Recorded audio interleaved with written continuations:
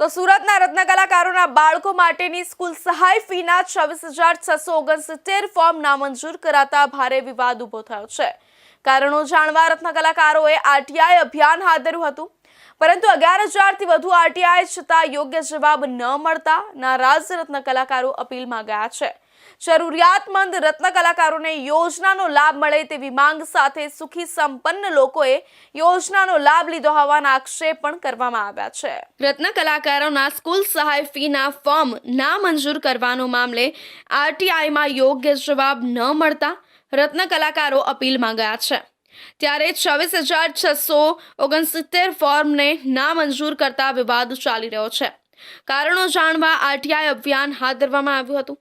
અત્યાર સુધીમાં 11,000થી વધુ રત્ન કલાકારોની આરટીઆઈ છતાં યોગ્ય જવાબ નહીં મળતા રત્ન કલાકારો નારાજ થતા અપીલમાં ગયા અને જરૂરિયાતમંદ રત્ન કલાકારોને યોજનાનો લાભ આપવા માંગ કરવામાં આવી છે। ત્યારે વાત કરીએ તો 50,241 બાળકોની સ્કૂલ ફી જમા થઈ, જેમાં પૈસે ટકે સુખી સંપન્ન હીરા ઉદ્યોગ સાથે કોઈ લેવા દેવા નથી તેવા લોકોએ યોજનાઓનો લાભ લીધો હોવાના આક્ષેપો કરવામાં આવ્યા છે।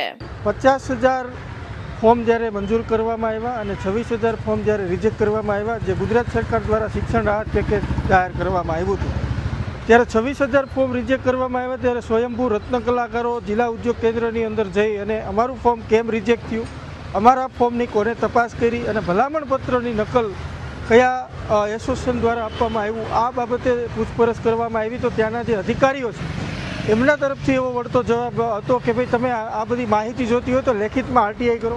ત્યારે એક ગુજરાતના સૌથી મોટા અભિયાન આરટીઆઈનું એક શરૂઆત રત્ન કલાકારો દ્વારા કરવામાં આવ્યું અને 11,000 કરતાં વધારે આરટીઆઈઓ જ્યારે કરવામાં આવી ત્યારે હજી સુધીમાં લેખિતમાં કોઈ પણ પ્રકારનો જવાબ આપવામાં આવ્યો નથી। ફોર્મમાં નામંજૂર થયેલી ભૂલો જાણવા આરટીઆઈ કરાઈ।